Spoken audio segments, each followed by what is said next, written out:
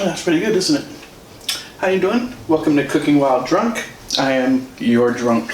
Hopefully I'm your favorite drunk. Today we're sipping on a little bit of Corey. We got the 2018 Syrah from the San Saba Vineyard. Corey is this nice little tasting room down in Carmel. It's actually, we're members, and it's across the street from the other one we belong to, which is Rath Wines. And they actually have the same winemaker. Today, we're going to be making Spanish saffron rice. This is going to be made in a vegetarian fashion, so I'm not using chicken like I used to. So I've got my saffron.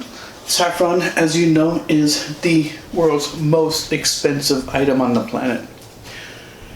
Per gram, saffron is more expensive than gold, than anything else, because these are all hand picked and you have a limited window of picking them, and it takes a lot to get a little. So we got our saffron, cumin, we have an onion, we've got some garlic. Of course I tripled the garlic because I like garlic. And we have petite diced tomatoes with the juice, and I am a-okay if you use diced tomatoes in the can. It's a lot easier than steaming, peeling, dicing, and removing the seeds from fresh tomato. Use it. And we have a little bit of frozen peas. Alright, so let's crank up the stove. So we're going to let the pan get a little hot. We're going to saute the onions. Just kind of sweat them. We don't want them to turn brown. We just wanted them to get a little bit soft. So what I usually do is put my hand down and see how hot the pan is. And what I do is I actually preheat the pan and I just turn it on low. 2 twirls of vegetable oil, or actually canola oil, sorry.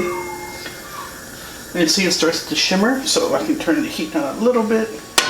Now we're going to sweat the onions.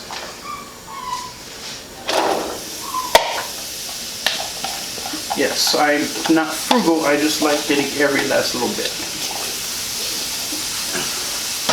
We're going to hit it with a little salt, because you know salt brings out some of the moisture. And this is, of course, kosher salt. It is my #1 go-to salt. So we're going to let this sweat for about 2 minutes. We're going to add some garlic, let that sweat for another minute, and when we come back, we're ready to take care of the rice. Alright? See you in a minute. Alright, we're back. So you can see that the onions are getting a little translucent, and I think it's time to add a little wine. So we're going to add some red wine to me. That's delicious. And we're going to add some garlic to the pan. Fooled you, didn't I? So, and you can see how the onions are getting just slightly hot, a little translucent. And the garlic will take just nothing but a minute. Oh my God, you can already smell it. So just basically a couple turns of the pan, and the garlic opens up all the scents, or the flavors, I mean. I said scents just because it's so aromatic right now. Nothing beats the smell of sauteing garlic and onion except for a big fat hunk of meat. Alright, so now we're going to add 1 cup of long grain rice, unrinsed. Usually I rinse rice, but that's only when I'm making steamed rice. We're going to give that a stir. Just basically you're going to get it a little toasted. Similar to the way you start a risotto. If you remember my risotto video. I think I've done one. If not, then maybe it's time to do a risotto recipe.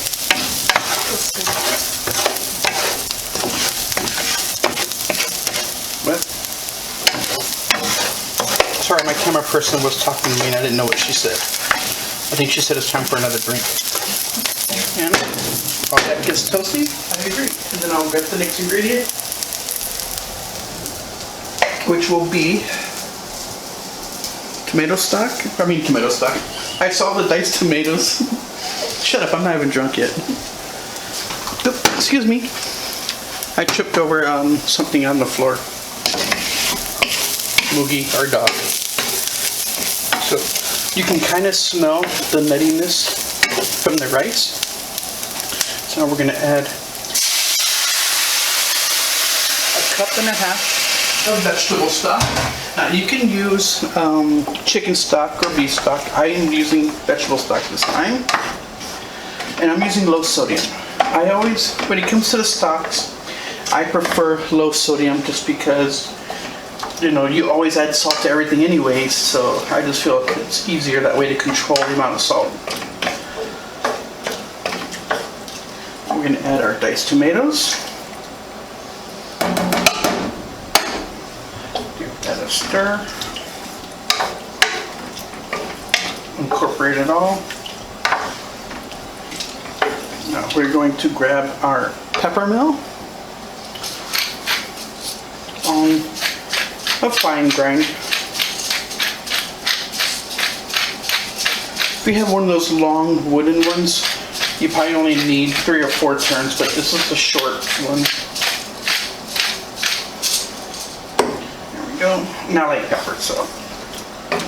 If you don't have a pepper mill, you have ground pepper, I would say maybe half a teaspoon or less. No more than half a teaspoon, I should say, because you don't want to be too overpowering. And you don't add the pepper when you're before you put the rice in, because the pepper sometimes with the hot oil it can burn and just have like an off-kilter kind of a bitter flavor. Now for our spices, we have half a teaspoon of ground cumin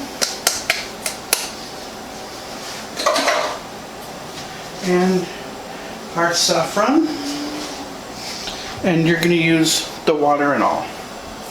No need to drain, but of course, knowing how expensive this is, you want every thread. You see that? That's how you can tell this is real saffron, is when you bloom it in water, it doesn't turn red. As you can see, it turns yellow, and after soaking in water, it retains the color on the thread. Some people do saffron or imitation saffron, but it's still labeled as saffron. And as soon as you soak it in the water, the water turns red, which is a food coloring additive that they use. Most of the time it's beet juice, and the threads turn white. And it's usually from the same plant, but it's not the actual stamens or whatever they're called. Question from the audience, go ahead. When you're purchasing saffron, is there a way to know that it's real saffron? Yes. When you're buying saffron, the way you know if it's real is if you come home from the grocery store and your wife says, "You spent how much on saffron?" Then you know it's real. So, the price tag? Saffron can be expensive. The McCormick brand I don't know the size, but it's basically enough for 2 dishes, and that was $25. Saffron should be labeled. The good saffron will come from either Spain, sometimes Iran if you can find it, but most of the time you won't find Iran products in the store. I happen to have a friend who came back from Iran, from her country. Hi, Malus. She got me some for Christmas one year. She knows I love to cook, and she knows I love saffron, but I'm still going to say Spanish saffron is the best. Just like I want to say Spanish paprika is the best, but you really know it's Hungarian paprika that's the best. Alright, so now we're going to turn this down really low. I don't agree. I never had Hungarian paprika for you to try. Yes, you have. No, that was Spanish. Okay, well, you told me it was Hungarian. Oh, I probably lied. I don't know. It could have been before we got drunk. So, we're going to put on the lid.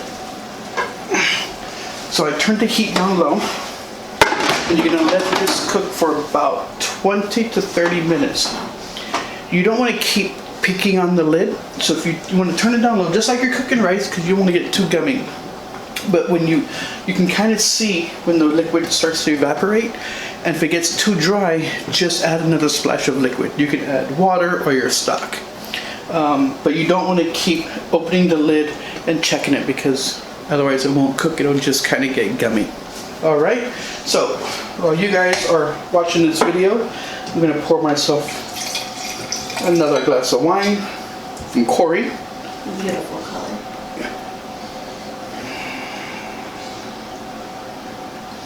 See that? Not many legs. Usually when it has longer legs, it's got a higher sugar content. This is a good Syrah.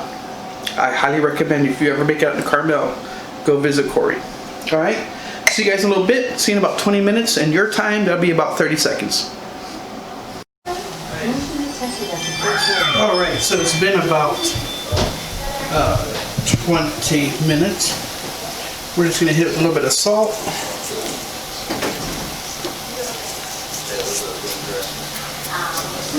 We're going to add some peas. Excuse me, I can't, my camera person disappeared. Add some olives. We're going to toss this in. Turn the heat all the way off. Oop. Olive down. Give it a toss. Now you're just going to let the everything come to temperature. Cover the lid. We'll be ready to play. Oh, I've got to add more pepper.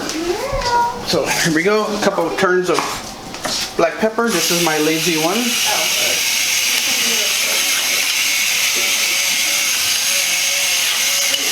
And again, this is on the fine setting. So now we're just going to fold that in. And this will only take like 2 minutes for the peas to warm up. And we're done.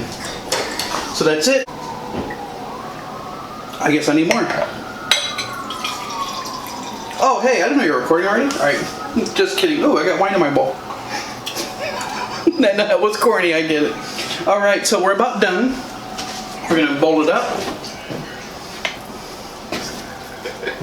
So you will see some black stuff on the bottom.